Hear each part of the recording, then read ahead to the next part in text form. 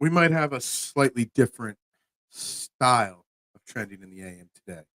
I like to keep it light, fun, entertaining on a daily basis.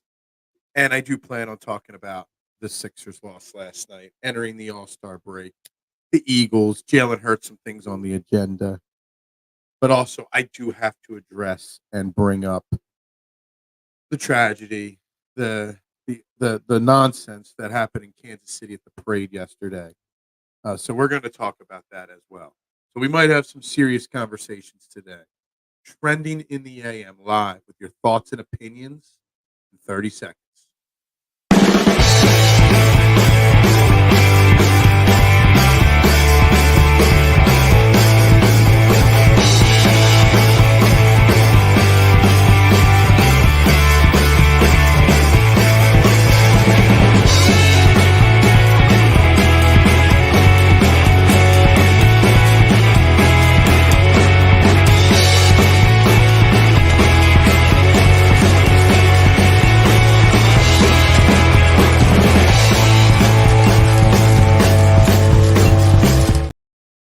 And a very good morning, everybody, and welcome to Trending in the AM right here on Philadelphia Sports Network. We're live on Facebook, YouTube, and Twitter. So make sure you do me that favor, hit that like button, that share button, that retweet, subscribe button, that follow button, wherever you're watching, just share it out. But most importantly, get interactive with the show to give me your opinions, because it's the only morning show in Philadelphia where your opinions actually matter. I'm your host, Phil Stiefel, at Beard of Knowledge, or Beard Knows of Knowledge, according to Fantastic. Make sure you shoot me a follow everywhere on social media that you can see. Even on a day that I want to have a serious conversation, still bring some light and some sarcasm to the program. And we got lots to talk about, lots on the agenda today. Obviously, I had an agenda of Sixers and Eagles talk that I wanted to accomplish today. But I will start out the show by giving my thoughts and prayers to the people of Kansas City who were trying to celebrate another Super Bowl victory. And unfortunately, again, in this country, some nonsense, gun violence broke out at the parade towards the end of it, killing one person, wounding well over 20 other people. There are some other people that are still in pretty critical condition from what I've read. But it's just another example of what is wrong in and with this world that we currently live in. That we have to constantly worry about this kind of stuff. We have to constantly worry about our safety, our family safety. I was talking with my man Jason from Fairway to Heaven yesterday. And he lives in the Detroit, Michigan area, and he went to Michigan State, and it was the 1 year anniversary of that shooting. One of his kids, the teachers in one of his kids' schools were one of the victims in that one. And this is just something that constantly keeps happening. It's not something I'm comfortable talking about, but I think it needs to be addressed about how in 2024 we are still in this place where we still have to worry about this. And it's not getting better, it's getting worse. It was supposed to be a fun and joyous event, and some idiot decided to shoot it up. Exactly. What is wrong with people? And TMC, I see your comment. I'm not going to make AJ McCarron jokes right now. Maybe later in the show when we get off this topic, if we get off of it. Like I don't do these kind of conversations very often, Doc. And again, I don't feel comfortable doing it. Not because I'm worried about offending someone, not because I'm worried about what my beliefs are versus somebody else. It's just something that tends to start arguments far too much.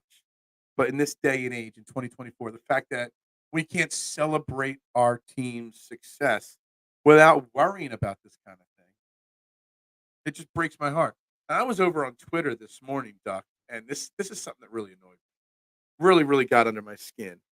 And I went to Twitter this morning, and I clicked the trending tab to see what was trending, to see what kind of more updates I can get on this. And right now, I'm just doing this now on Twitter, on my Twitter page. United States trends, top trending topics in the United States. 1, Valentine's Day. 2, Ash Wednesday. 3, JJK251. I don't even know what that is. 4, Ukraine. 5, Too Mad. I don't even know what that is. Wilkes. 6, 7 guns. So finally, it took 7 on the trending list of guns, and it's not even. If you go through this, there is nothing in the top 15 trends of people talking about this senseless violence that happened in Kansas City. People aren't even talking about it because they don't care. And it's just something that's just it's become a part of our life that we have to worry about these kind of things. And it's not the way it should be. And it breaks my heart. So anybody that wants to talk about it, anyone that wants to give their opinions on the senseless violence, on the senseless, stuff, they are more than welcome to today. This is a free space for you to give your opinions, to give your thoughts on it. And obviously, it's killing all the initial people that jumped on the show in the viewership. It just dropped off in half as soon as I went on this. And I don't care. I'll talk about it for a little bit. I'll move on to Sixers and Eagles later. I just think it's important to address the fact that we all have to be better as people, and the fact that it's not even a topic that people are talking about on social media because they don't care. Maybe that's part of the problem because everybody's afraid to talk about it. Because then, if you talk about it, an instant argument breaks out, and it's not the way it should be. I'm trying to read comments, and I'm not trying to say this because you would do it, Duck, but I'm trying to make sure I read every comment before I, say it out loud. 'Cause I don't know what people are going to say. We've gotten so used to these things that it isn't even the top trending issue, and the house wants to go on a 2-week vacation instead of doing our job. Yeah, I mean, I just saw that like a few minutes ago, so I don't even know about why they're doing their 2-week vacation, but it's obviously a problem. And you can get into the gun laws and stuff like that, and you can get into the mental health aspect of it. There's so many different areas that you can get into it, but you can't have a logical conversation about it without one or another person say, no, you can't touch my rights. You can't do this or you can't do that. You know, there's some serious issues out there. And it's fun to come on here and bust stones on the Eagles or the Sixers or debate Goodfellas versus Godfather, but sometimes the platform needs to be used to discuss some of the real issues. And there's far too many people that don't deserve to have guns that have guns. And I believe in gun ownership. I really do. I don't own a gun. I don't believe I would be a perfect candidate to own one, but I believe in it. But the fact that you could just anybody can get one, it's a problem. You look at the mental health aspect of it and the stuff that happened in the suburbs a couple weeks ago about the kid. I don't know if I want to call him a man or a kid. He was 22 that beheaded his father for being a government worker and then live streamed it on YouTube. I mean, there's some serious issues, and certain types of people with those kind of issues probably shouldn't have a weapon. I would love a job where I show up to a few meetings and tell my bosses when I'm going on vacation. We all would like a job like that. All of us. We would love that kind of job where we don't have to actually do anything. That's right. Kenneth Squares, one and only I am. Make sure you come check us out in Kenneth Square, Fox's Pizza Den. Appreciate you, Ryan, this morning. And if you have anything you want to say or add to the conversation on the tragedy in Kansas City, this is a fair, safe place to give your opinions today. We will talk Sixers. Big tough loss last night against the shorthanded Miami Heat. I'll fight it. The Sixers are shorthanded as well, but it was a very important game. And Justin Crosby was on here yesterday saying how this was not necessarily as easy as a spot as we thought it was going to be or hoped it was going to be. We're going to talk about that today. Um, Eagles, Jalen Hurts, stupid ranking list got me all in a tizzy because someone's got Jalen Hurts ranked number 17 in the league in quarterbacks. It's a ridiculous list, but it does bring up the point where we definitely overreacted and put Jalen Hurts too far up the list entering 2023. But where is Jalen Hurts realistically in this league of quarterbacks? And there's a lot of great young quarterbacks in the league, but not as many of them have shown what Jalen Hurts has shown. So I still think the Jalen Hurts conversation can be had. Let's see. We got Duck with a gun ownership thing here. Let me read this. I believe in gun ownership too, but I also believe that there should be licensing, registration, insurance for ownership because you have to do it for cars and homes. Yeah, you have to do all that for cars and homes and not for a gun. So I don't know about. I didn't fact check any of this, but my man Jason, I was chatting with him about this last night, and he sent me something. And I don't know how much of it's true. He got this off of the internet somewhere probably as well. Let me page through some messages. So somebody put out there, and he shared it with me. Gun laws in Missouri: no background checks for private sales, no permit required for concealed to carry, no permit required for open carry, no license required for owners, no firearm registration, no assault weapon law, no magazine capacity register restrictions. That's far too many no's in 2024. We are a smarter civilization. We are supposed to be a more advanced civilization than we were 50 years ago, 100 years ago, 2 years ago. We're doing so much to grow in, you know, giving people rights, but yet the simple things of protecting each other has gone by the wayside. You can't go anywhere without worry. I mean, Jason said it last night to me when we were privately talking, how he's constantly got to be worried about his son's safety, how his son has to go through, you know, drills. Like we used to have to do fire drills when I was a kid in school. You know, walking. Why would we walk in a single file line in a fire drill? I don't know. Anyway, used to have to do fire drills when we were kids. I'm 43, so we're talking late 80s, early 90s Catholic school fire drills. Now they got to do active shooter drills in schools, bomb threat drills in schools. That it's just it's not what we should be exposing our kids to. We do not know as of this moment. Um, they haven't said anything. They've arrested 3 individuals. Shout out to the people of Kansas City. If they got the right guys, I mean, I'm not judging. I'm not saying anything about anything because no information has really been released. But the fans did tackle one of the potential suspects and take him down and call police over. So shout out to those fans for helping try to protect it. Who knows? Maybe they were trying to run away, but maybe they were still had more evil deeds in mind. So so shout out to those individuals that took those people down. Why do you assume society would get safer with time? That's a very deep question, TMC. Because we're smarter. As the society gets older, we get smarter. We protect athletes against concussions more. We know more about science and medicine. Technology has advanced. You would think all the advancements in life, that we've done as a society as a whole would make people safer. But as as the society gets smarter, the safety goes down. And that's something that really, really confuses me at this point. We talk a lot of football on this show. We have spent years trying to make football a safer sport. We have made football a safer sport, but protecting each other's individual lives, it's gotten worse.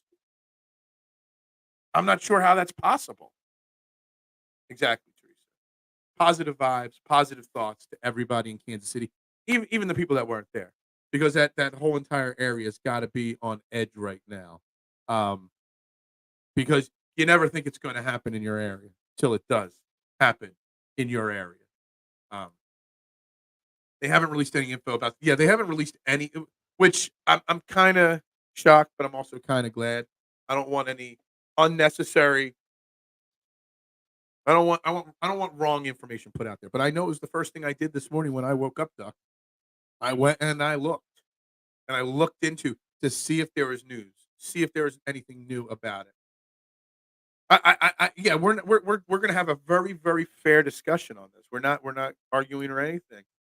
It just I'm thinking it through too with you. Again, I am not comfortable having these kind of conversations. I remember about 2 years ago, the last time we had to have a real serious conversation on this show was when I was with my previous network. It was in the very beginning, early stages of trending in the AM. It was about 2 years ago when Brian Flores was fired, and there was a lot of racial things, a lot of different topics involved in Brian Flores, and we did that was when I used to only do an hour. It was on a smaller network, DSM Media. Checked out my guys, Scotty and Dylan over there. They still do great work. Um, and we had a very deep conversation. It went very long. And it was one of the highest viewed things I did, and I was confused because I didn't feel comfortable having the conversation. So I try to avoid these kind of situations, even when this senseless violence happens, and it happens far too often. I try to gloss over it. But being that this is a sports show and this thing happened in a sports event, it kind of feels like, you know, I mean, I've got some Kansas City Chief friends in my family and in my friend circle. One doesn't live in KC anymore, but has been to many Chiefs games in his life, and I know people are hurting from it. That is the trend with creation of society and civilization. That why we group together for safety. I ask because I haven't heard much. Yeah.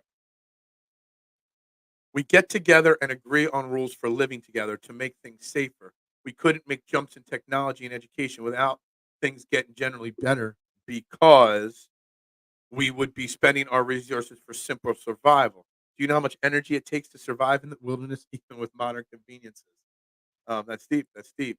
Um, Brian just trying to get off the serious topics and move right on to baseball. Bryson Stott needs to lead off. Yo, he could be a leadoff hitter for sure. Um, for sure. I've been saying it since day one that Bryson Stott has leadoff potential, my man. I have been. Um, it's a lot. It's a lot. It's a lot. It's deep. A lot and deep comments from you, Duck. And I get it. Um, I still feel like we should be better. We should be better suited to handle these kind of things. There was one video of all the police and army people and whoever was there for security for the event all running into the building, guns drawn, people ducking for cover, people running away. Then there was like four dudes just sitting there, just chilling, like, yo, I ain't losing my spot. I'm not running. I was just like, yo, what this is, there's something wrong where there's shooting going on and you're not trying to, run and hide and protect yourself. That really, really gave me a chuckle, but also a little like room for concern, like what is going on there? Um, but it's a shame. It's a shame that we had to open this show up with this conversation. It's a shame we have to talk about it. It's a shame that in 2024, this is still a topic because it doesn't need to be. It doesn't. And I don't have the answers. I don't have the answers on why it happens. I don't have an answer on how to stop it without offending one person or another.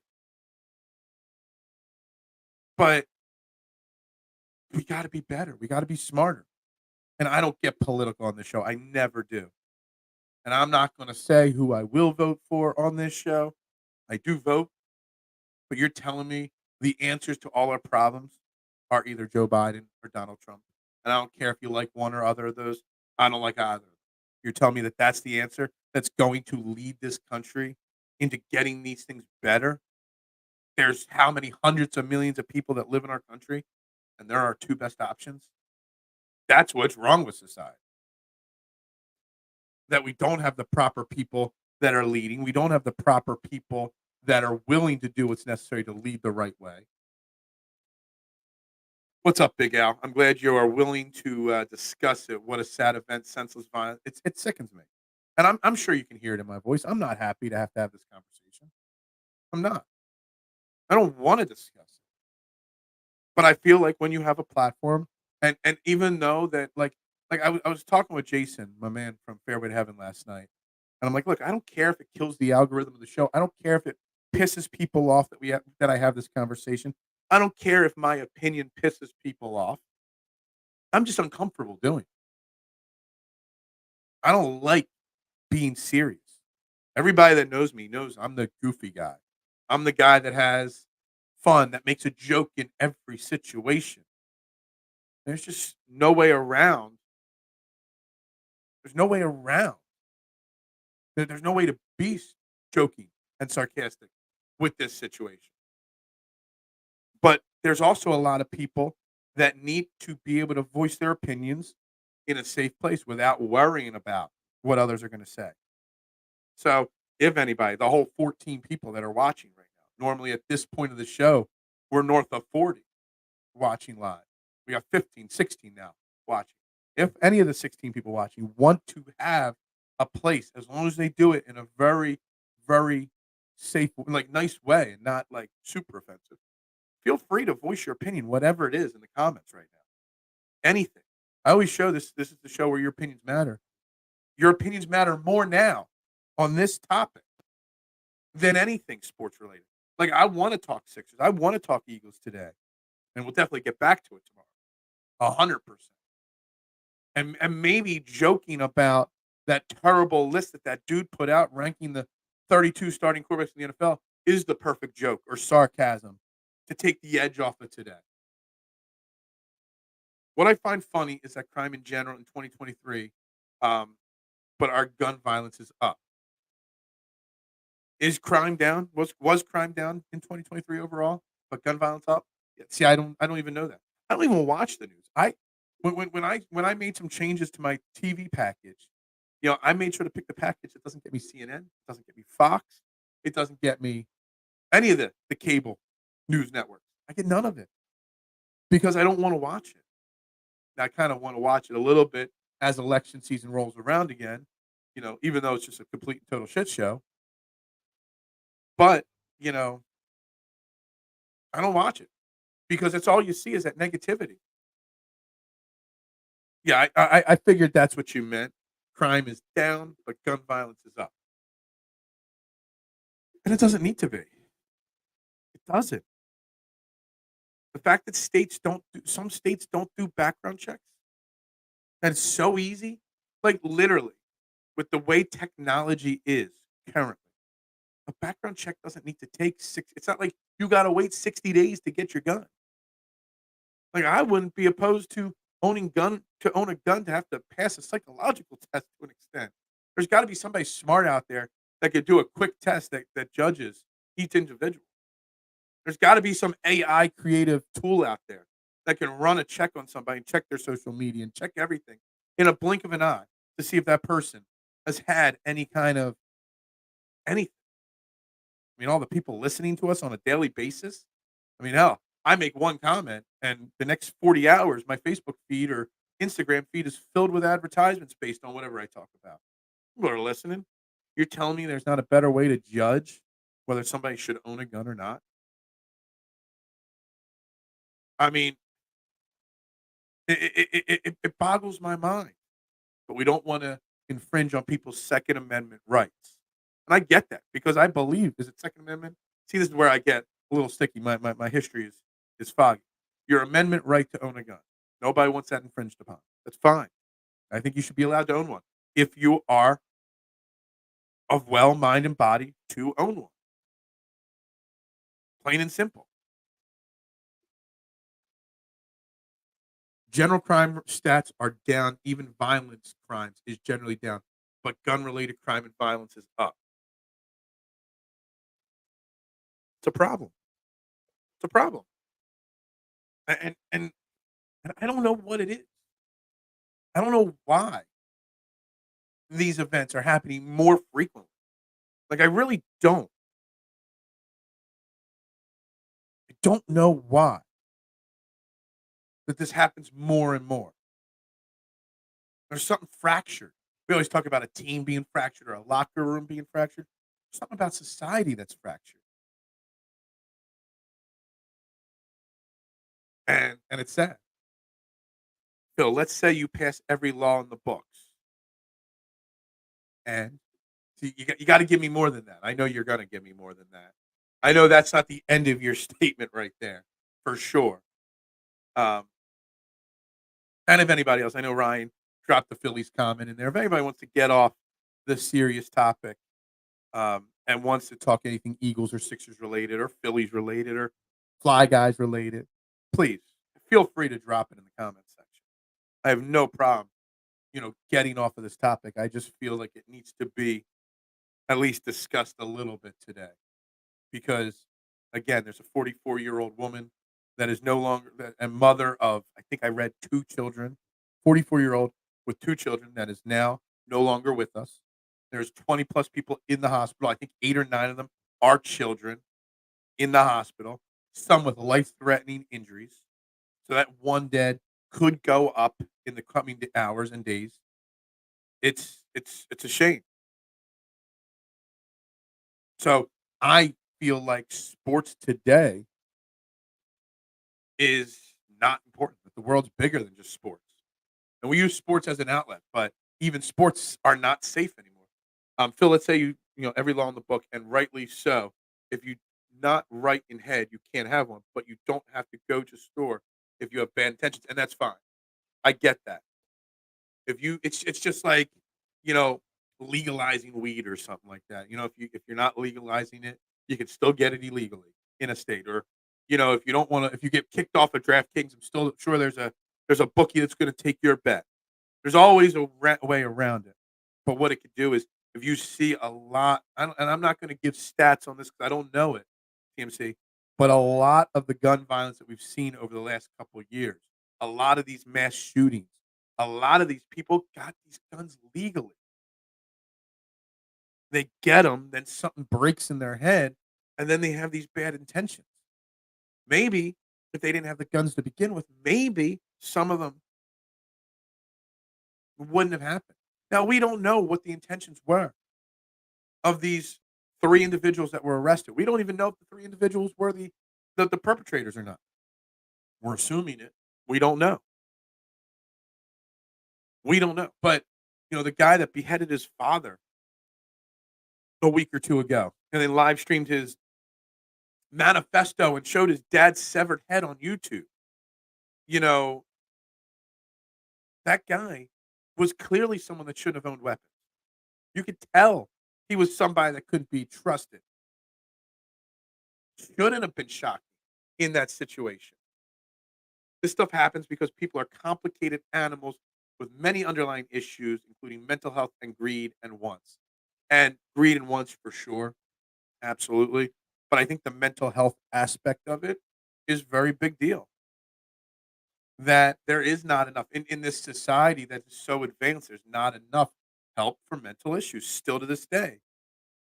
It affects everybody. It affects me. Look, my mental health today is not right because of this, because it hurts me. I own a place of public business. I have been robbed before. I look at every person that comes in the door of my pizza shop. Fox's Pizza. See, I can even plug it in a serious manner. Every person that walks in the door, if I don't recognize the face, I'm checking them out.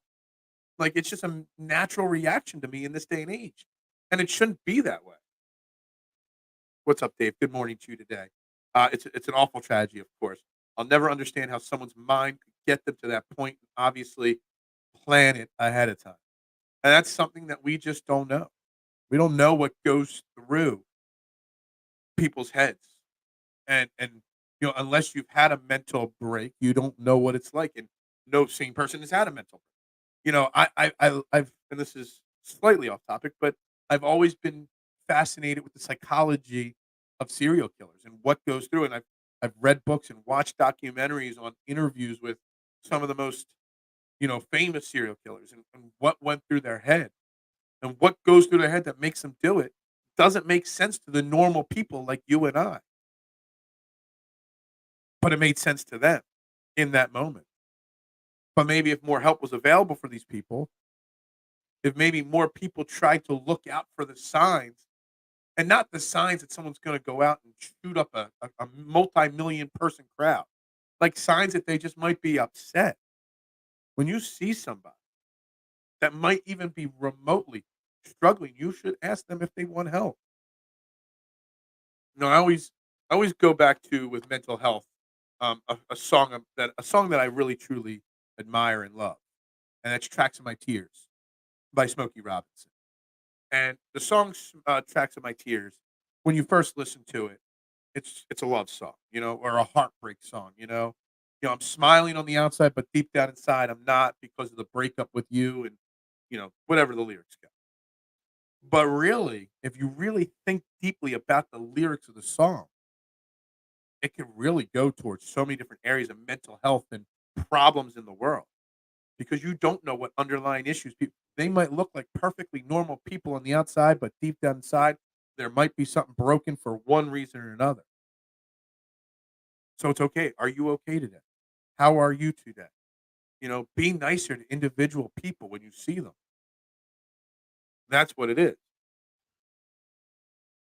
Yeah, if you're not right in the head, no weapon, no argument for that. But see, in this day and age, there are rules that protect people, so it doesn't matter what's right or wrong in their head.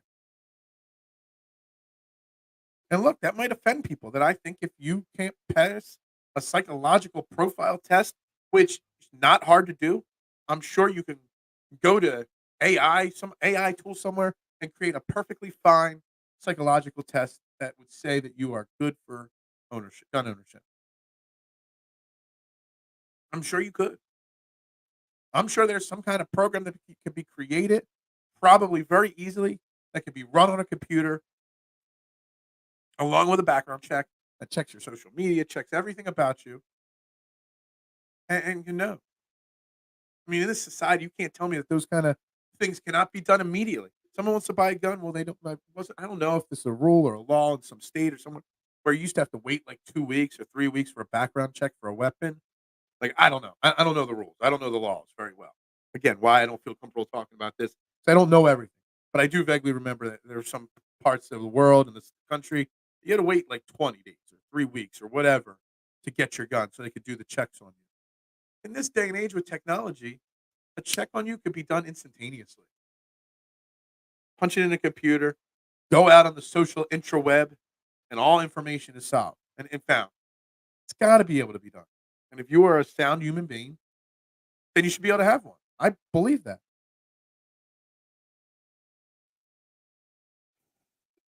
The problem is the historic use of these tests to take away the rights of women and minorities, Jim Crow, the institutionalization of women by men because they didn't like them. Yeah, but see, again, and I get that.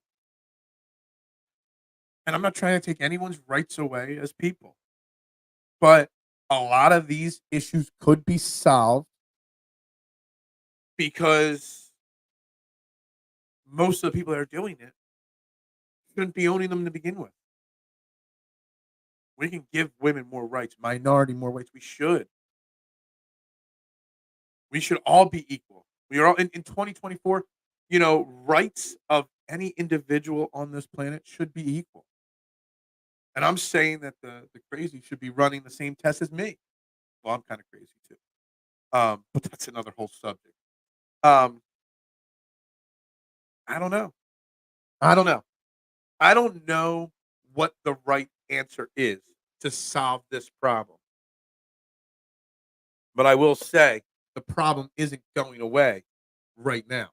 And it's not even close to going away right now. And if anything, it is getting worse. I don't disagree with your position, but there's reasons people are suspicious. I get it. People are worried about losing their rights. They are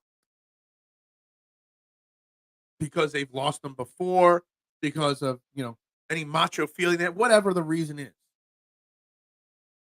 But we're talking about owning a weapon that can harm somebody, that can take a life. So you know what? This is not your right to vote, your right to a fair wage, your right to, you know, drive a car. This is not your right to drink or smoke weed. It's your right to own a weapon that could kill somebody. So I think there should be different laws in place. George, I know, man. And you live in a different country. I don't know if the laws are different over there or not. But gun violence is not just a problem in U.S. It's a problem across the board. And again, like I said at the open of the show, the fact that it's not even one of the 15 top trending topics on Twitter this morning breaks my heart. And it's probably because, I mean, some people will use political agendas where, Elon's trying to hide it or whatever. No. Problem is people aren't talking about it for two reasons. One, because they're scared to talk about it. because of how it pisses people off, or 2, people just don't care because it's becoming part of our natural life.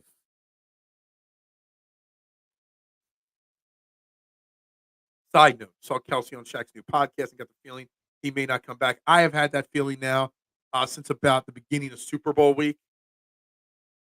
He definitely is trending, in my opinion, to not returning, Dave. I really believe that. I hear Texans and Falcons are interested in Reddick. I've heard both of that as well. I saw somebody do a trade that the Texans might be willing to give their second round pickup for Reddick, and I will do that all day. It is a very complicated subject that we're talking, and I didn't know if we would talk 3 minutes about it or we're at 35 minutes. I didn't know if it would go the whole show. And I know people want to get back to sports talk. George would honestly rather me debate Jalen Hurts' quarterback ranking amongst the other 32 starting NFL quarterbacks than this serious conversation. I guarantee George would rather argue till he's blue in the face with me if I think he messaged me yesterday or commented yesterday that said where he thought Jalen Hurts was ranked in the NFL. I'm like, nah, he's 11. You'd rather have that argument with me than this, and I get it. And I would rather have that argument right now. In fact, maybe we will get off the serious subject here in a few moments and just talk where Jalen Hurts is ranked in the NFL quarterback round, because at least that would take our minds off a problem that we can't solve, a problem that isn't going away, a problem that might get worse before it gets better. I know. I know you, George. I know you would rather that. That ranking is stupid. Hurts the top 10 quarterback, and many of those above him have done nothing. Yeah, dude, it's complete and total clickbait hell, that article. But or that post or that graphic, whatever you want to call it. I don't even know who that is. Supposedly this site has a lot of followers and they're, I guess, semi-famous. I don't know. Yeah, close to 100,000 followers on Insta, on Twitter. I don't know. I have no idea who Derek Clausen is. No clue. No clue. It's just stupid. I'm gonna put it up on the screen. See, we're gonna get off. Maybe we'll come back to this topic later. But right now, I will put it up on the screen. I got to figure out which Twitter page I got it on. There we go. Here is the list we are talking about. For anybody that hasn't seen it, you can zoom in on it if you want. Um, this is the rankings of this individual, um, who is supposedly working for a major outlet online. It's complete and total clickbait. It's nonsense to put the last two NFC starting quarterbacks of the championship game, Super Bowl, at 17 and 18, Tua at 19. It's not just insulting for Jalen Hurts. It's insulting for Brock Purdy, for Tua Tagovailoa. It's insulting for hell. He's an awful human being, but it's insulting for Deshaun Watson. The fact that Anthony Richardson in his 3 starts is 16, Aaron Rodgers at 15, that you're putting Geno Smith at 12, Love at 10. It's ridiculous. Matt Stafford is a good quarterback. He's not the top 5 quarterback in the NFL anymore. Like, this list has so much wrong with it. And I am willing to admit, me putting Jalen Hurts at number 2, as I did before the season started, was wrong. I get it. I was wrong. But I can still tell you that Jalen Hurts is better than Richardson right now, Rodgers right now, Kirk Cousins right now, Geno Smith right now, Love, Murray. He's better than at least 6 names on this list that are ranked ahead of him. Borderline with Jared Goff. Probably better than Jared Goff. I can tell you Purdy is better than all those names. At the very least, Jalen Hurts should be 10th on this list with Purdy 11, Tua at 12, and then bump everybody down. That's at least. Deshaun Watson, he's not what he used to be. He's a terrible human being, but he's at least the top 20. He's better than Anthony Richardson at this point, still, at least. He's better than Ritter. He's better than the fact that he's got Bryce Young, who was awful in Carolina this year, at a Watson. Sam Howell had multiple 400-yard games. Kenny Pickett, multi-year starter. Out of these 32 names, the fact that Levis and Young aren't the last 2 on this list, well, well, Zappy also. Actually, I'd probably take Zappy over Levis and Young right now. This is a horrendous list. A horrendous list. How did Hurts get to 17? Because someone decided to piss Philadelphia, Miami, and San Francisco off by ranking 3 quarterbacks awful. I have him 23rd. You are an idiot. I hate you. No, Phil, the conversation needs to be had, but nothing will change. We're back to the series. Two sides are too entrenched in their beliefs. It's true. Um, but I just want to make sure that I use my platform to give because I we're having a serious conversation, but I also want this to be a safe place that if someone's feeling something and wants to come out and say their feelings that it upset them or if they need a place to voice anything that they can do it here. That is my goal. That is my way of feeling it.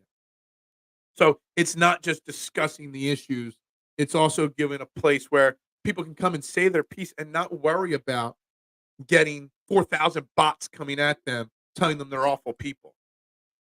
Let's get back to sports to relax just a little on a bad day after a really bad. I agree. I agree. Let's get back to the sports. Let's talk about this atrocious list.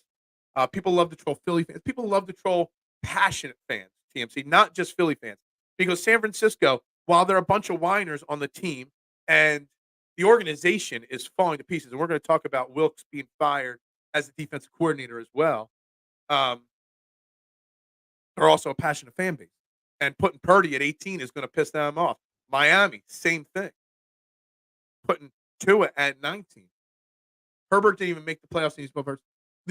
I still can't get over the love of Justin Herbert is not the 4th best quarterback in the NFL. And I don't care what excuses, coaching, injuries, whatever you want to make. There is no way you could put him at number 4 in the NFL quarterback rankings. Joe Burrow at 9, Trevor Lawrence at 8. Remember, Lawrence was the one that last year was able to come back against Justin Herbert. Justin Herbert had a 30-0 or 30-3 halftime lead and blew it to Lawrence. But yet Lawrence is at 8. It just makes no sense. Prescott at 6 might be a little hot. Stroud, all right. I get putting Stroud in the top 10 because, whatever. But it's still Mahomes 1. Jackson, sure, you want to put him 2. Joe Burrow still would be 3 to me. Allen, 4, 5. Hurts could be in that 8 to 10 range. I might have to make a list. I might have to make a list.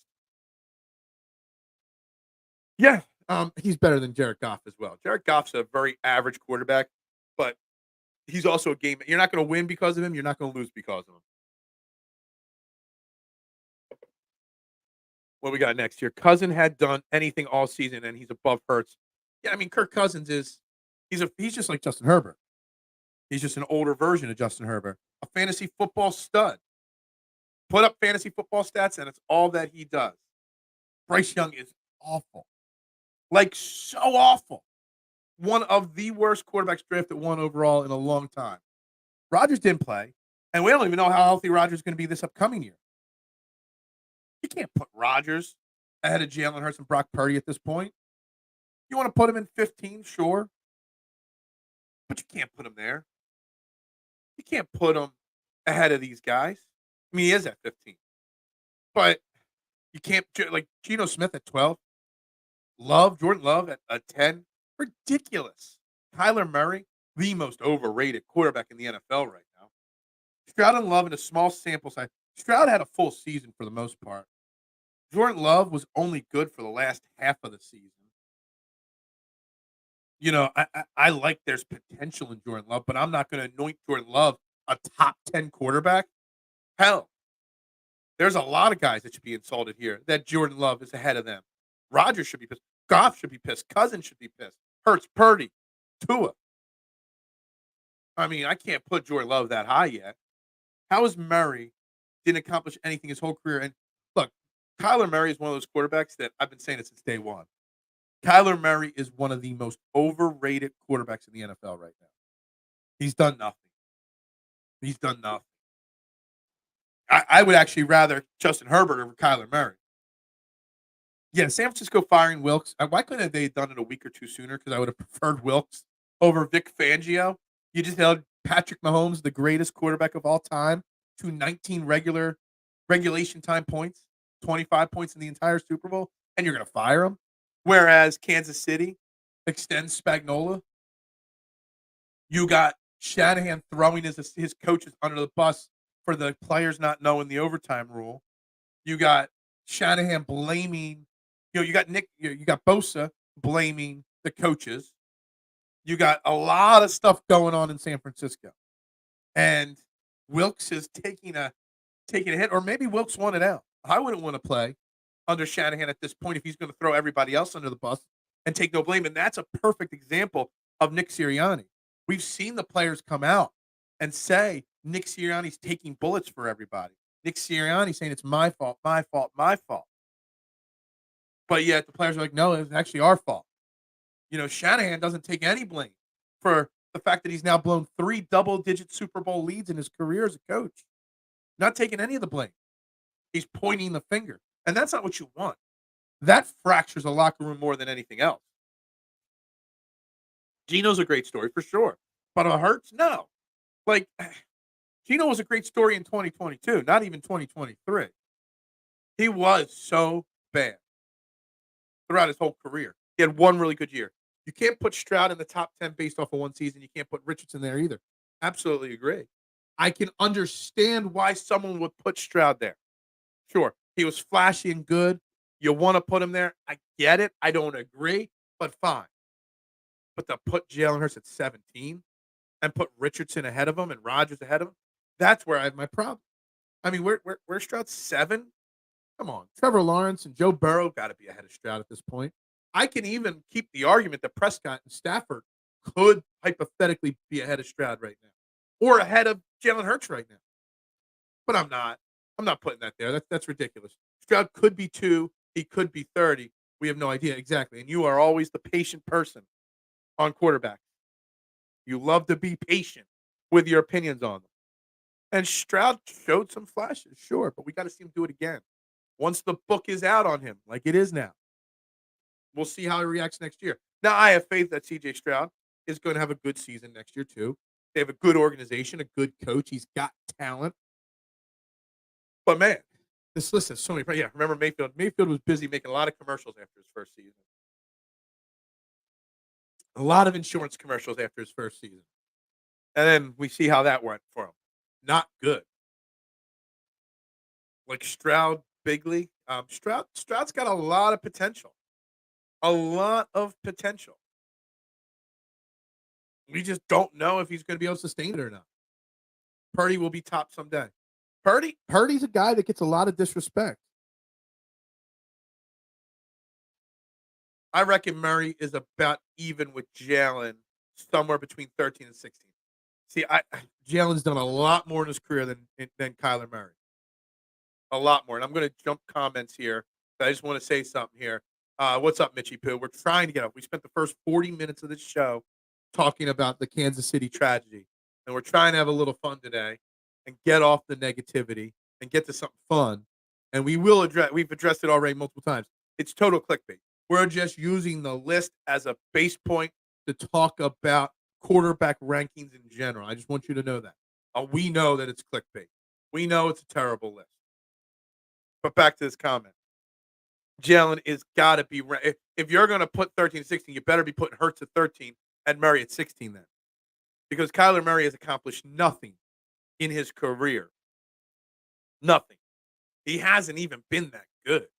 He's been okay. He's been hurt.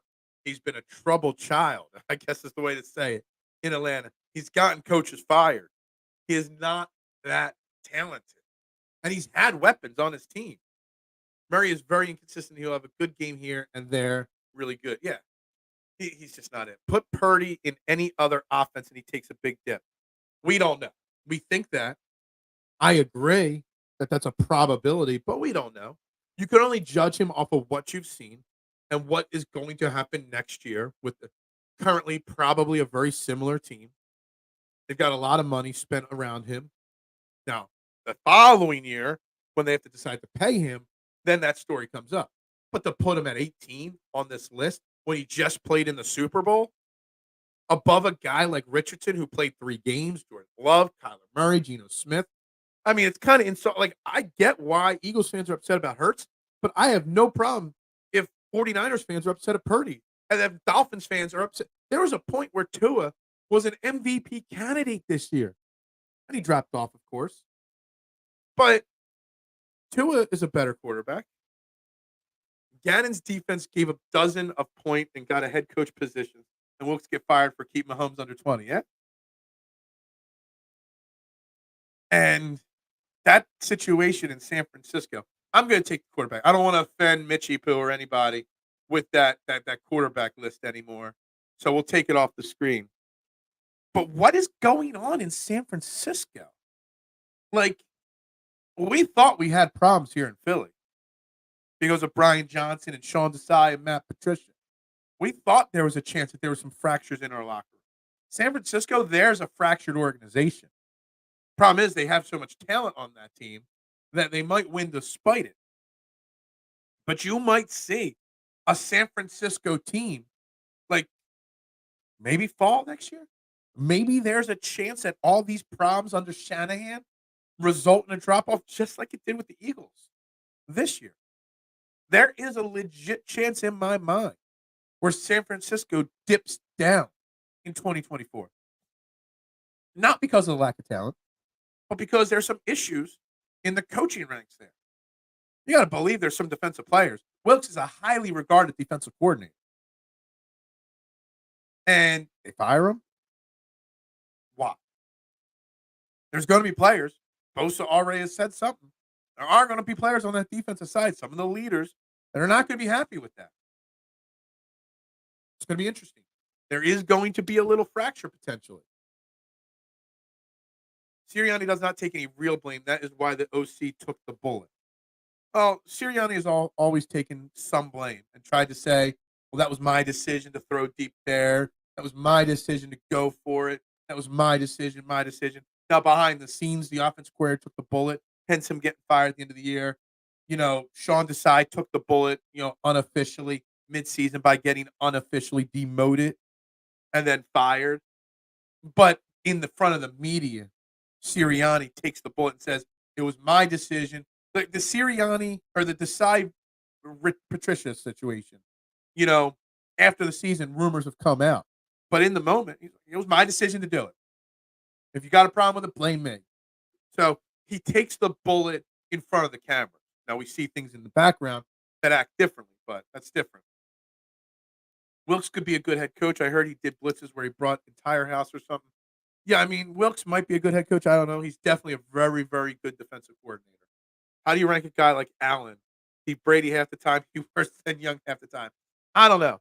I don't know what to say about Josh Allen anymore. The guy's an elite quarterback. He just hasn't won in the playoffs enough. He's come up small in those big games. Now, you could blame talent around him. You could. But they also have talent around him now. So I don't know. Still say it should have been Sean McDermott that got fired. Because I think that might be what they need to break it up. Thoughts on the linebacker we picked up? Also, potential Titans player. Alshire has shown some promise, and we got his potential position coach.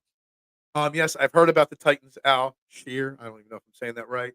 There's going to be a lot of links to Vic Fangio guys this year that come here.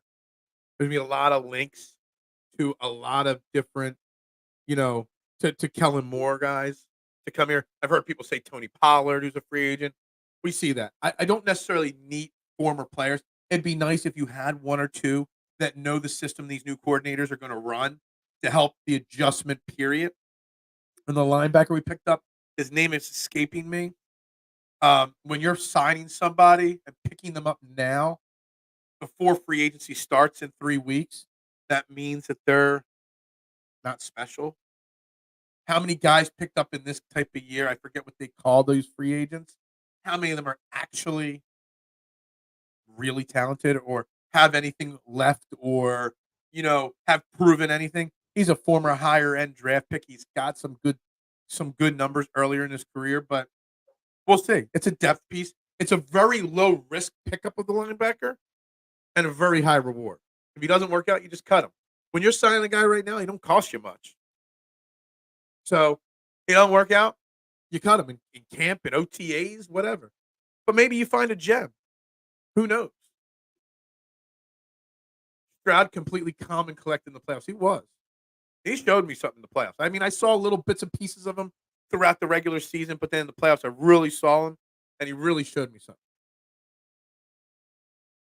Hurts has done more in his career than Kyler Murray has. Absolutely. Even if you take just 2023 Hurts has done more. Yeah, absolutely. 2023 Hurts is better than anything that Kyler Murray has done in his career, without a shadow of a doubt. Murray can't even be bothered to study his playbook. Yeah. I mean, Kyler Murray, I mean, he's got physical skills. He just doesn't have talent. Does that make sense? Like, there's a definite difference between skills and talent. Being an athlete, being able to make a throw is one thing, but being able to make the throw in a game, being able to read a defense is another. It's easy money to disrespect Philly and a lot of other cities. The passionate will always spring to defend. I know this game. Yeah, I mean, and again, we're using it as a kind of to change the narrative of this episode because we spent a lot of time talking about Kansas City and the parade and the tragedy there, and also more using it as a springboard to discuss where Jalen Hurts ranks in this league. How many quarterbacks would you really take right now ahead of Jalen Hurts to lead your team in 2024? And there's definitely not 16. I don't think there's 10 that I would take ahead of Jalen Hurts. But last year at this point, I was saying there was only Patrick Mahomes and Jalen Hurts, and that was it. Stop. Stop. Give me a reason to say it. Stop. Stop. See, shirt store, linked bottom of the show in the description. Make sure you check it out. Rankings for 200, Alex. This quarterback plays for the Eagles and has a ranking on mid. Stop. Let me ask you something. Would you have ever put Flacco top 10 at any point in his career? That's tough. That's tough. I would have to really dig deep on who the other quarterbacks, like his Super Bowl year, who other quarterbacks were there. I mean, he's a solid quarterback. But see, that brings up the point that you don't have to be an elite quarterback to win. You could be a good quarterback like Joe Flacco and still win a Super Bowl. You could be a good quarterback like Trent Dilfer and win a Super Bowl. You could be a good quarterback like Brad Johnson and win a Super Bowl. Game managers can win a Super Bowl. Brock Purdy can win a Super Bowl. Would I put Joe Flacco anywhere in his career? Again, I would have to check the rankings in that one season when he won the Super Bowl. I would. I'm not sure though. But I could say that probably at his best he was probably 8 to 10. At his worst, he was probably not his worst. And his average part of his prime, he was probably top 15. So, and he was comeback player of the year this year. So, got to give him credit for that. Purdy raw, can't read D, and set protection in the Super Bowl. I don't know. Not knowing anything, I thought to keep Mahomes to nothing most game. Ray McLeod did not recover some guy's kickoff fumble. Saying it's my fault without consequences is a hollow gesture. That is not accountability. All right. It's deflecting blame in the heat of the moment. And it might be hollow to an extent, but it's taking the pressure off the players in the situation, off the assistants. It's making him take the bullets. It might be hollow, but he's taking the pressure in that situation. Accountability involves the reactions for every bad action. It's fair. Even when we try not to be deep anymore on the show, we get deep somehow. You're right about McDermott normally, but don't want to risk another 20-year 6-win cycle. That's fine. Who cares about the Stallions and Matt Corral? Eli is not elite and won 2 Super Bowls. Absolutely. Eli, I think, he's not. He was never an elite quarterback. But he was a better quarterback than people realize. People don't want to give Eli respect. He did win 2 Super Bowls. So you got to give him some credit. Super Bowl MVP. Was he the MVP of that game? I can't remember that. Therefore, MVP does not mean top quarterback. Um, I don't understand what you're trying to get at with the Flacco part of it. Because if anything, it's saying you don't because you're always the one that wants to find the elite of the elite. And if you're not going to be the elite quarterback that we need, if you're not going to be the next Patrick Mahomes or Joe Burrow, you got to keep looking for that person. This proves that you can win with average Joe Flacco. So I'm not sure what you're getting at with that, George. I'm not positive. Do you agree most Super Bowl was low score? I don't know. Not sure. Jalen is so low on that list due to his recency bias when the damn team can't get a first down 9 possessions. It's hard to ignore. I still think he's top 10. If you let him run too, he'll never have an arm like Stafford. Yeah, I mean, there's a lot of recency bias. There's a lot of clickbait bias in it. There's a lot of things that the list is meaningless. I don't even care about the list. What I care about is discussing where does Jalen Hurts rank on anybody's list. And to me, you've got to put him at a very least 10 or 11 in the NFL hierarchy right now. Now, come September, I might be ready to put him back in the top 5. I don't know. Maybe I'll be all back on board to the Jalen Hurts train. But at least he's got to be 10 or 11, at the very least. There's some biases if you don't put him 10 or 11, in my opinion. But it is what it is. Eli was clutching. He was clutching the Super Bowl. He was. I think people give Eli a bad name as a quarterback. Um, he wasn't great. Obviously, he wasn't Peyton, his brother, but he was better than his other brother. Um, he did what he needed to do to get 2 Super Bowl trophies into his locker room. I do love Hurts. I think Jalen Hurts is great, but I can look at him objectively. The Flacco thing was countering your opinion that Purdy should be ranked higher because he took the Niners to the Super Bowl. He should be ranked higher. And I'm not saying Brock Purdy should be top 10 or top 5, but 18 behind guys that haven't done anything. Purdy has taken his team to Joe Flacco. I said I would put him 10 to 15, probably, maybe even in top 10, barely, at times in his career. But to put the guy that just led his team to a Super Bowl at 18 behind guys like Richardson and whatever, like if I look at this list objectively, obviously 1, 2, 3, 4. I'm trying to 6, 7, 8, 9. You would have to put Purdy ahead of Jordan Love at this point. You'd have to put him ahead of Love, Murray, Smith, Cousins, Rodgers, Richardson. So that's 7 guys. So Purdy should be 11 or 12 right now. Hurts 10, 11 right now at a minimum. That's where I'm at. You take AJ away, is he top 15? We still got Devontae Smith and Dallas Goedert. You can't take him away. You take away Deebo Samuel. If you take away, Mark Andrews from Lamar Jackson, Stephon Diggs from Josh Allen. If you take Cooper Kupp away from Matthew Stafford, CeeDee Lamb away from Dak Prescott, you could say that about every AJ. Joe Burrow's got AJ. Not AJ Green. What am I thinking? Oh my God, AJ Green. What am I thinking that AJ Green is who I think that Joe Burrow throws to, and not Jamar Chase? You take away the elite quarter. Hey, Geno Smith is ranked 12th on this list. You take away DK Metcalf from him, Tyler Lockett from him. If you take away an elite wide receiver from any quarterback outside of Patrick Mahomes, because you take away Tyreek Hill and he goes and wins back-to-back Super Bowls. Take away Travis Kelce from Patrick Mahomes. Obviously, there's going to be a drop-off. So I think that's just a weird argument to make.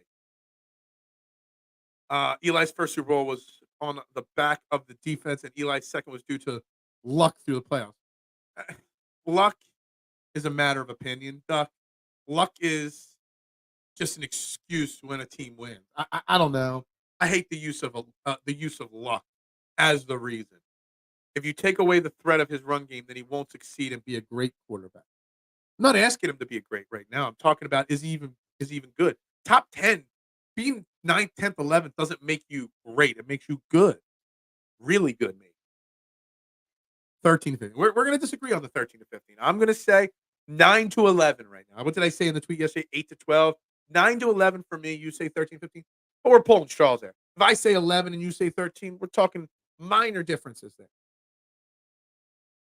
The only thing I will say is that I was wrong at putting him 2 to start the season. You always look at things very, very straightforward. You do. I love that. Um, dude, you can't say take this player away. Would he be good? Because you could say that about everybody.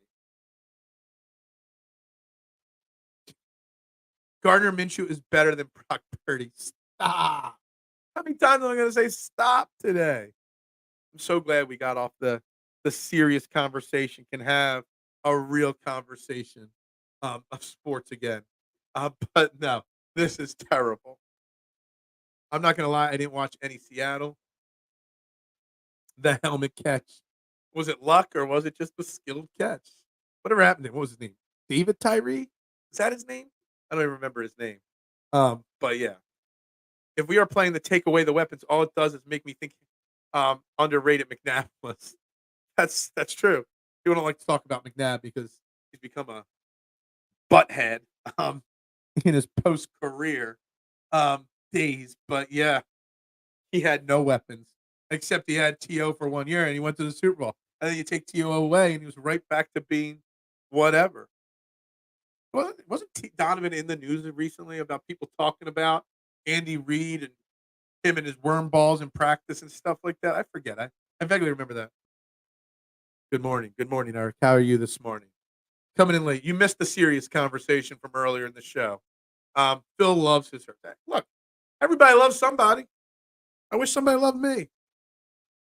McNabb is totally underrated. You got him a great wide receiver, and look how easy the Super Bowl looked. Agreed.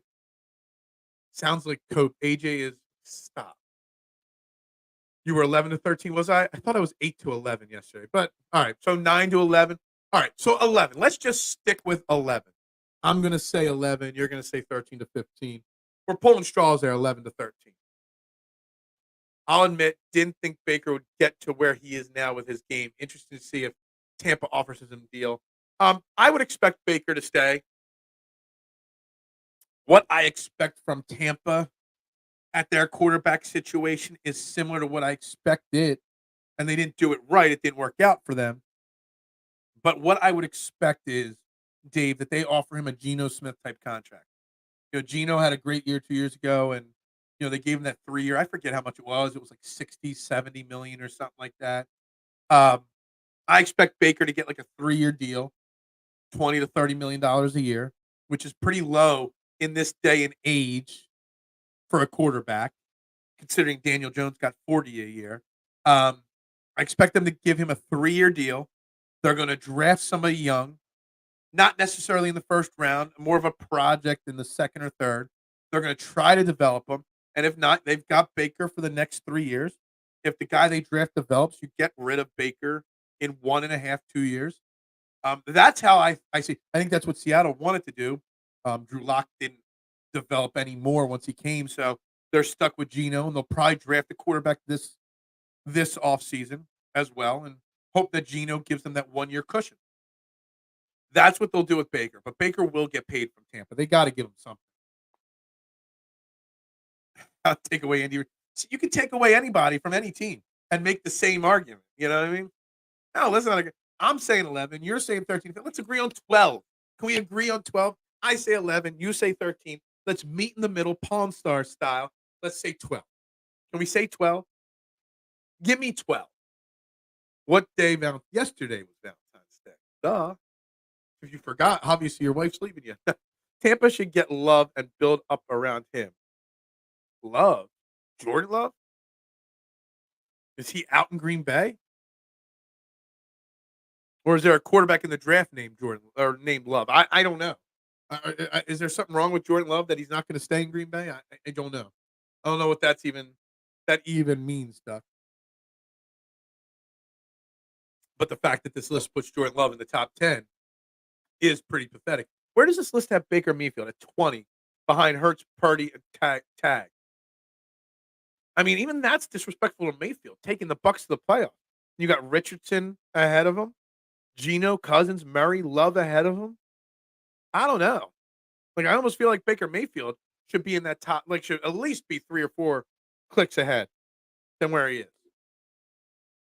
The fact he's got Daniel Jones, 23.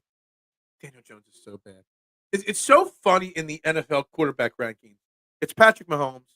Then we debate 2 through 5. Then we debate 6 through 10, 6 through 12, whatever. Then you got a bunch of mid-level quarterbacks.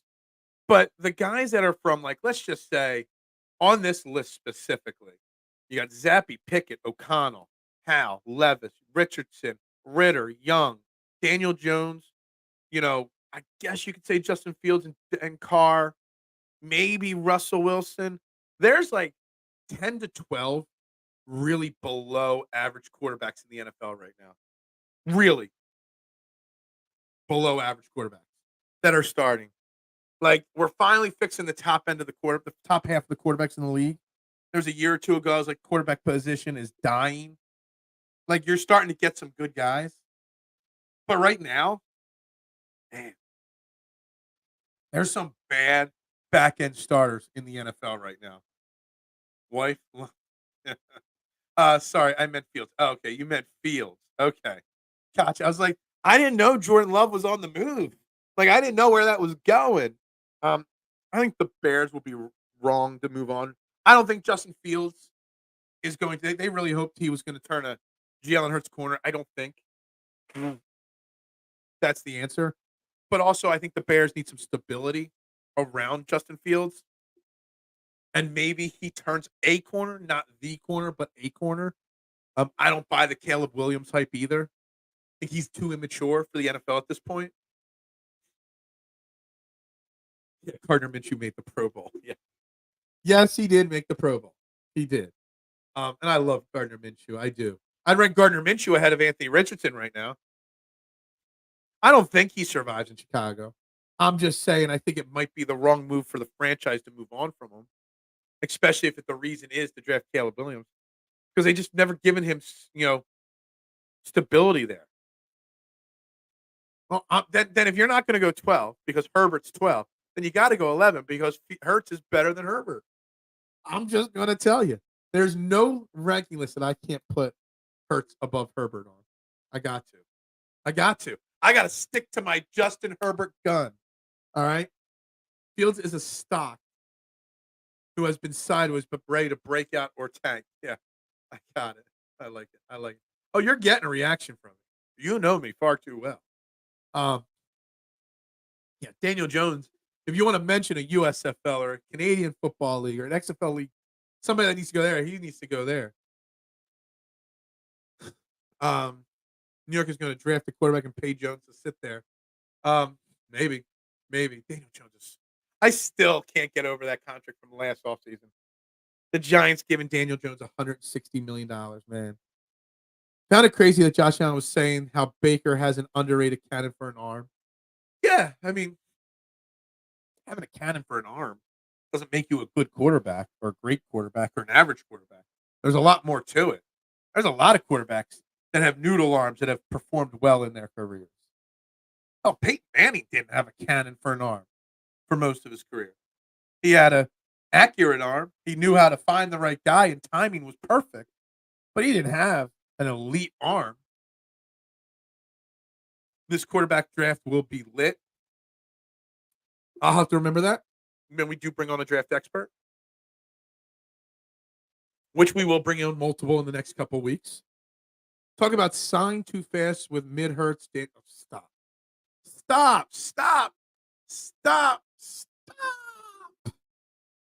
With the Jalen Hurts hate, you just don't get it. Rebuild pinch. Yes, absolutely. Hurts over Herbert for sure. Who are the top 3 quarterbacks in the NFC alone? That is an interesting question. If I had to say the top 3 quarterbacks in the NFC, Hurts, Prescott,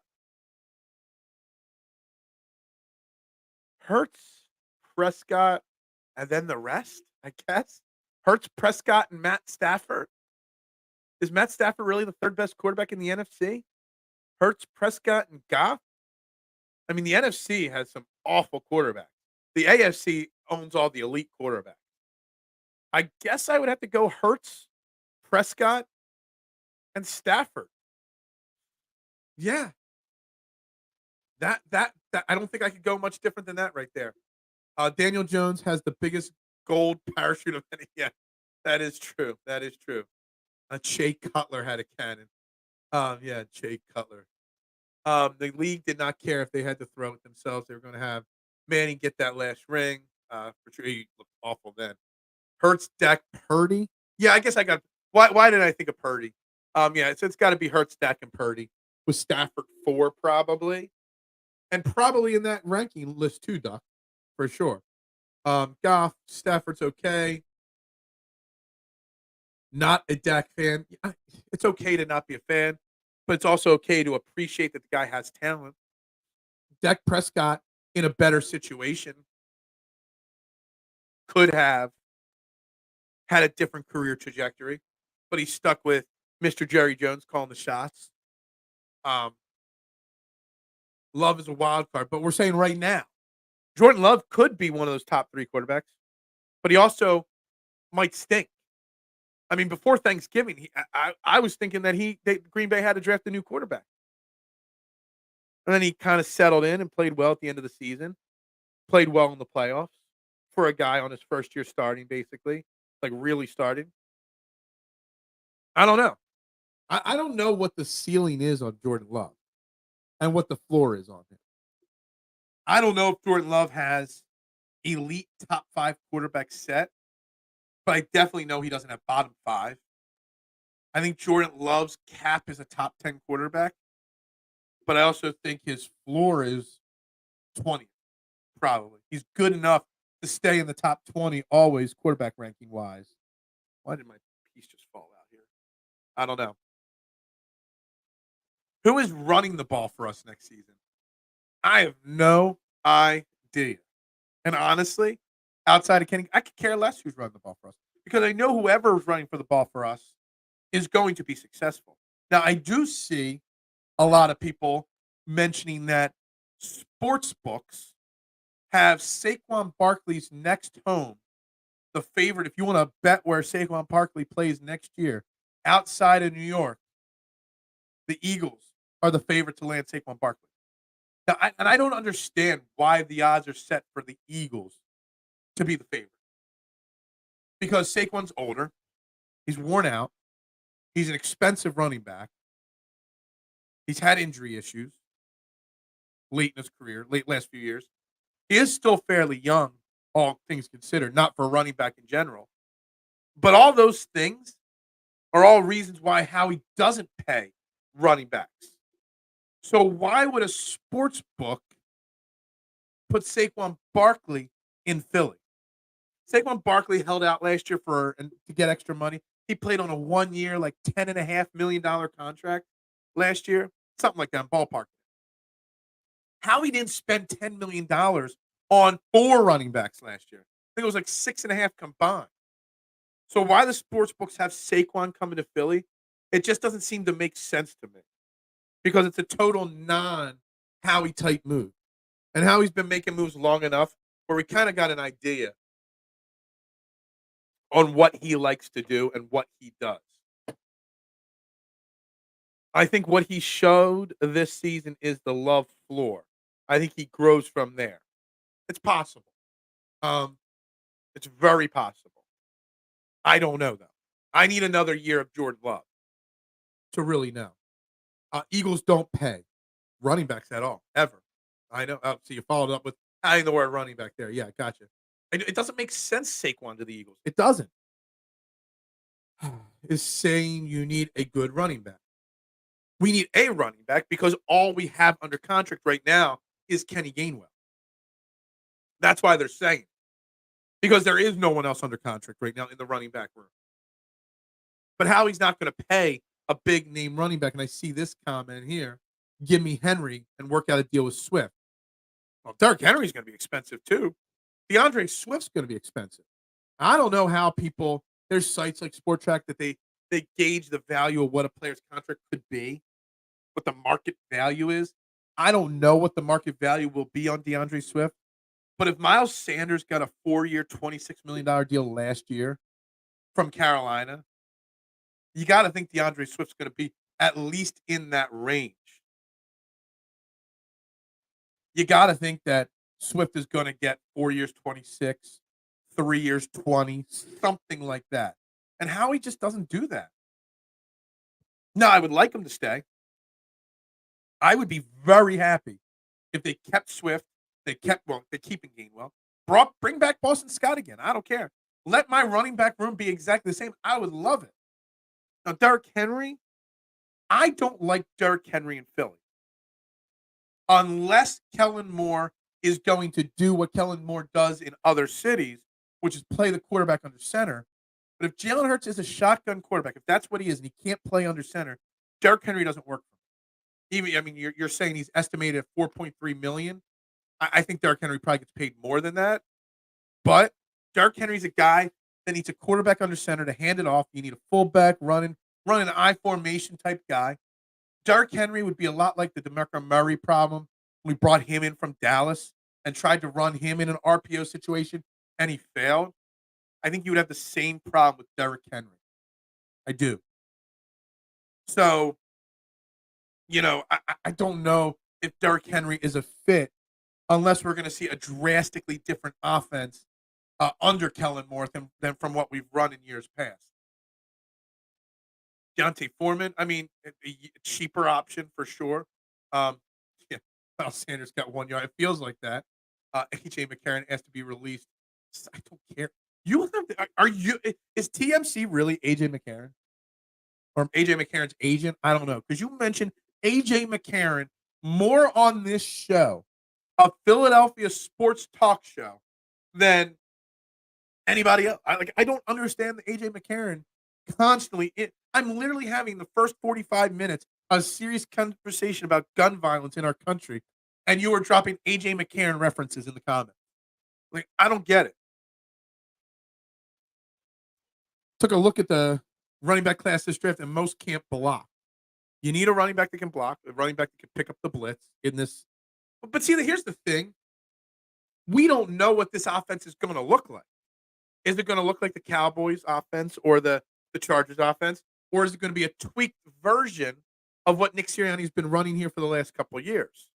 That's the question. Like, before we figure out, like, we know what the defense is going to look like under Vic Fangio. We know that they need to prioritize safety and linebacker and stuff like that, and what we need on the defense side. Offensively, we have a mostly set offense. Player-wise. We just don't know what the offense is going to look like. So the tweaks that we need to make at running back, at backup tight end, and whatnot, we don't know what AJ or Kellen Moore's offense is going to look like for Jalen Hurts. I'm curious, and that's the thing. Like, do we need a Derrick Henry or a DeAndre Swift or a blocking right? Like, what is going to be the offensive philosophy? And that's why I said it like a few weeks ago on Twitter. I'm like, when are we going to hear from these coaches? I know last year the new coordinators didn't speak till first OTA.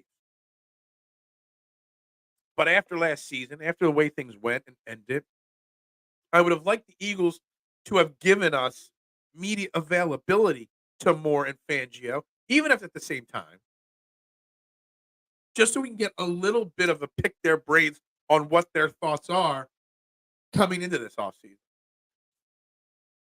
Oh, I mean, I started it off serious, so yeah. I'm all excited. You are always excited for the random leagues. Me, I could care less for the random leagues.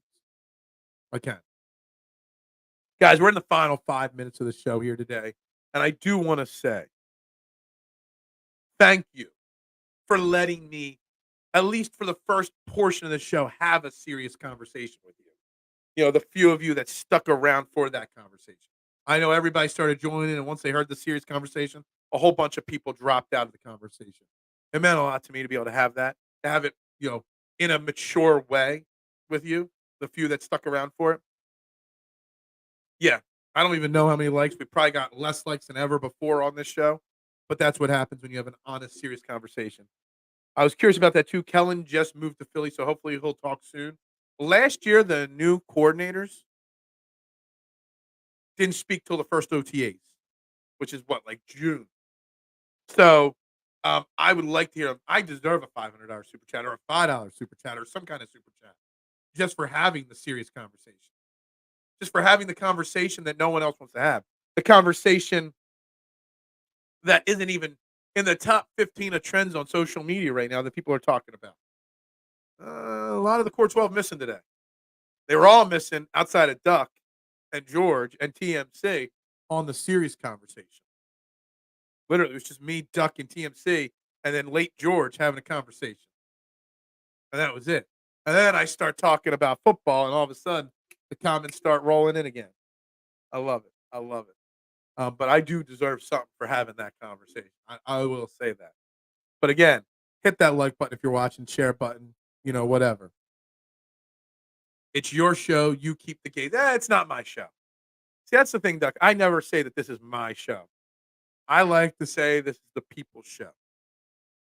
We joke about the Core 12, but there's a lot more than just the Core 12 that watch this show. This is a show for the people. Everybody complains about what's on the radio. I want to create a platform where the people get to talk about what they want to talk about. That's why when anybody, I'm having a serious conversation, and Ryan dropped in a Phillies comment, and I addressed it. So that's what Ryan wants to talk about, the Phillies. I'm here for the people, not for me. My opinions are meaningless, especially when it comes to sports. But sometimes things are bigger than sports. And sometimes you've got to, do you have a key? I just made a Core 12 and a Stop shirt, and no one bought them. You want me to make a Gatekeeper shirt too? So nobody buys that? I don't know. Until some of the other stuff gets bought, then I ain't making no more. It's the beard that binds us. It's not just the beard of knowledge anymore. It's the beard nose of knowledge, according to Fantastic. Got a shout out my boy Fantastic there, who accidentally said beard nose of knowledge last night at work. Fox's Pizza right there. Address on the bottom of the screen. Website, phone number. Come see me. Be there all day today. Got a long day. Normally I get Thursday nights off today because of the Super Bowl, Valentine's Day, all the stuff that went on this week. Got to get the staff off today because they can't work too many hours. So I got to work all day today, unfortunately, at Fox's Pizza. I'll be watching golf today at the shop, so come on by, have a slice of pizza, watch a little bit of the Genesis Invitational being won by Patrick Cantlay. That is my pick this week. Go drop a bet on Patrick Cantlay. I need more wealthy fans. I need a wealthy fan. I need a wealthy supporter. I do. I need someone dropping $500 super chat. I've seen, Liam get $50 and $100 super chats. Most I've ever gotten is 20 from Adam. Super chats have died off lately. It's okay. I don't beg for tips. You guys are always too generous to me. I just prefer you guys to like and share and tell your friends to tune into this show. Subscribe to my personal YouTube page, linked in the description. The Trending in the AM YouTube page. I'd appreciate that as well. But anyway, guys, we got to wrap this up. We'll be back tomorrow. We'll continue talking Eagles tomorrow. We'll get on the Sixers because we didn't talk about the Sixers at all, and it was a really tough loss for them last night. We'll talk about the NBA All-Star Weekend festivities and Tyrese Maxey participating. Parts of the NBA All-Star Weekend, I think, are the best in sports. Part of it, not so much, but we'll talk about that tomorrow as well. But guys, have a great Thursday. Be well, be safe. And, as always, as I say here on Trending in the AM, to end every show, it's simply go Birds.